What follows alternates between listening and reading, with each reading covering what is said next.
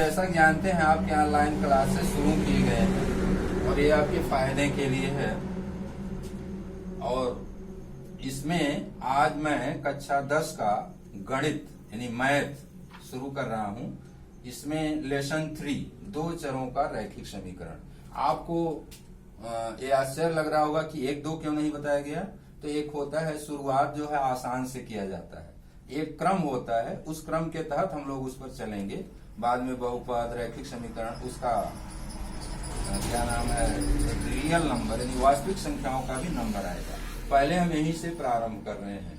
आज मैं आप लोगों को दो चरों का रैखिक, दो चरों माने चर की संख्या 2 और रैखिक का मतलब कि ऐसा समीकरण जिससे एक रेखा निरूपित होती है। आगे डिटेल में बताया जाएगा। इसका बनाया गया है एक फ्लो चार्ट। तो फ्लो चार्ट के माध्यम से मैं रैखिक समीकरण के बारे में आप लोगों को बताने जा रहा हूं। ध्यान से सुनिएगा। इसमें फ्लो चार्ट बना हुआ है, लिखा है दो चरों का यानी चरों की संख्या 2। चर और चर आप लोग जानते ही हैं। चर का मान स्थिर नहीं होता, उसको भिन्न भिन्न मान दिए जा सकते हैं। जैसे एक्स वाई जेड, इसका कुछ भी मान 1 2 3 इत्यादि हो सकता है। दूसरी तरफ 1 2 3 4 उसका मान फिक्स है, अचर संख्या होती है। तो इस कारण चर और अचर में अंतर आप लोग जान गए। तो दो चरों का रैखिक समीकरण। अब ये रैखिक समीकरण की शुरुआत बीजीय व्यंजक से करने जा रहे हैं। बीजीय व्यंजक यानी अलजेब्रिक एक्सप्रेशन। बीजीय व्यंजक क्या है? तो बीजीय व्यंजक को जानने के लिए आप लोग 4 मूल गणित की संक्रियाएं जो है प्लस माइनस मल्टीप्लाई डिवीजन यानी धन ऋण गुणा व भाग जानते हैं। तो 4 मूल संक्रियाओं यानी प्लस माइनस इंटू डिवीजन के द्वारा जुड़ने वाले चर और अचर बीजीय व्यंजक कहलाते हैं। बीजीय व्यंजक का मतलब कि इसमें चर व अचर हों और 4 मूल संक्रियाएं यानी धन ऋण गुणा व भाग प्लस माइनस इंटू डिवीजन हो। जैसे आपको एग्जाम्पल लिखा है 2x³ plus 5y² minus 3xy। इसमें आप देख रहे हैं कि x y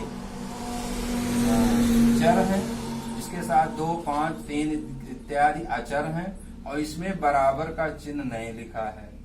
केवल इतना ही। ये बीजीय व्यंजक है। बीजीय व्यंजक की भी परिभाषा में यही बताया गया कि चर व अचर परस्पर 4 मूल संक्रियाओं प्लस माइनस इंटू डिवीजन के द्वारा जुड़ते हैं। तो इतना जो है आपका बीजीय व्यंजक है। इसमें इक्वेशन नहीं कहेंगे, इसको बीजीय व्यंजक कहेंगे। अब इसके आगे बीजीय व्यंजक के बाद जो क्रम आता है समीकरण का।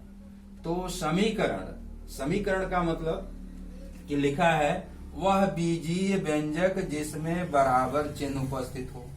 यानी बीजीय व्यंजक तो आपको समझ में आ ही गया कि चर व अचर होंगे, 4 मूल संक्रियाओं द्वारा जुड़े होंगे। लेकिन अगर किसी बीजीय व्यंजक में बराबर चिन्ह भी उपस्थित हो जाए तो समीकरण बन जाता है। जैसे आपके सामने एग्जाम्पल लिखा है 3x प्लस 5y प्लस 7 = यहाँ के बराबर चिन्ह नहीं था तो बीजीय व्यंजक था, बराबर चिन्ह लग गया तो समीकरण हो गया 3x प्लस 5y प्लस 7 = 0। तो इसको देख लेना कि बीजीय व्यंजक जिसमें बराबर चिन्ह उपस्थित हो। बराबर का चिन्ह उपस्थित होने पर समीकरण होता है। अगर बराबर का चिन्ह नहीं है, केवल आपस में चर व अचर परस्पर प्लस माइनस गुणा भाग इत्यादि से जुड़े हैं तो बीजीय व्यंजक होता है। यहाँ पे लिख दिया गया है कि यहाँ पर 3x प्लस 5y प्लस 7 केवल इतना ही एक बीजीय व्यंजक है, जबकि 3x प्लस 5y प्लस 7 = 0 एक समीकरण है। अब समीकरण के बाद रैखिक समीकरण की बात आती है लीनियर इक्वेशन। यहाँ इंग्लिश बुक आपको दिया गया है तो इंग्लिश वाले को भी ध्यान में रखना है, ये आगे चल करके आपको काम देगा। तो रैखिक समीकरण में लिखा है यदि किसी समीकरण में चर या चरों की उच्चतम घात, चर या चरों क्यों लिखा गया? क्योंकि रैखिक समीकरण में एक भी चर हो सकते हैं, एक से अधिक भी हो सकते हैं। तो चर या चरों की उच्चतम घात 1 हो तो वह रैखिक समीकरण कहलाता है। यहाँ इंग्लिश में लिख दिया गया आसानी के लिए कि an equation having greatest exponent 1 यानी अधिकतम घात 1 हो तो लीनियर इक्वेशन यानी रैखिक समीकरण कहलाता है। An equation having greatest exponent 1 is called linear equation.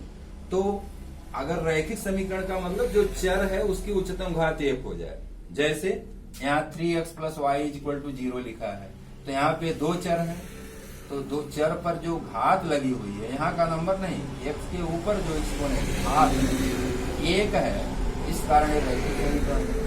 तो रैखिक समीकरण का उदाहरण दिया गया है। तो रैखिक समीकरण में ध्यान देना है कि चर की घात, चर का गुणांक नहीं, चर की घात अगर 1 होती है तो रैखिक समीकरण होता है। और रैखिक समीकरण का एक व्यापक रूप हमें लिख दिया गया है, ax + by + c = 0। ये रैखिक समीकरण का व्यापक रूप, जहां पर a और b और c क्या है, ये वास्तविक संख्या है। वास्तविक संख्या के बारे में आगे डिटेल में बताया जाएगा कि वास्तविक संख्या प्लस माइनस भिन्नात्मक कुछ भी हो सकती है। दो तरह का वास्तविक और काल्पनिक होती है, तो वहाँ वास्तविक का जो भी फॉर्म है प्लस माइनस ये सब हो सकता है।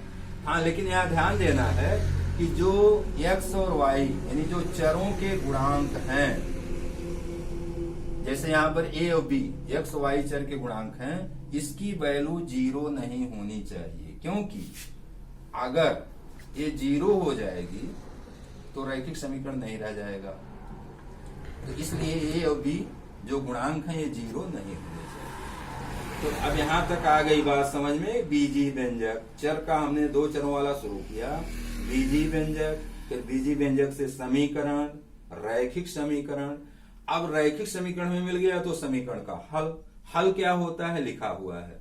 किसी रैखिक समीकरण में चर आबलिक चरों, चर आबलिक चरों का मतलब अगर एक चर है या एक से अधिक है तो के मान जो समीकरण के दोनों पक्षों को बराबर करते हैं। यानी अगर एक चर है या एक से अधिक चर हैं, तो अगर उन चरों के ऐसे मान रखे जाएं जिससे समीकरण के बाएं पक्ष और दाएं पक्ष दोनों बराबर हो जाएं, जैसे बायां पक्ष है या दायां पक्ष, तो चरों के ऐसे मान जो समीकरण के दोनों पक्षों को बराबर करते हैं, समीकरण के हल कहलाते हैं। उदाहरण में हमने लिख भी दिया, जैसे 5x + 10 में x की वैल्यू अगर -2 रख दें तो 5 × -2 -10 + 10 दोनों मिलके 0 हो जाता है। तो 5x + 10 में x की वैल्यू -2, तो समीकरण का एक हल है।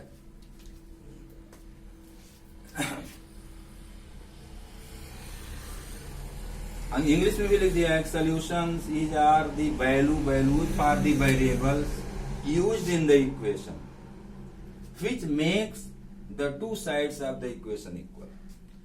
यानी चर के ऐसे मान जो दिए गए समीकरण के दोनों पक्षों को बराबर कर दें, समीकरण के हल कहलाते हैं।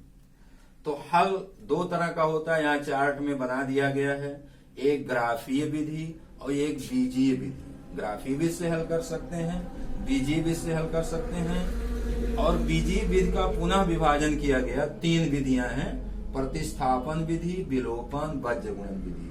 तो इन विधियों का डिटेल अगले वीडियो में बताया जाएगा। यहाँ तक आपको अच्छी तरह से देख लें।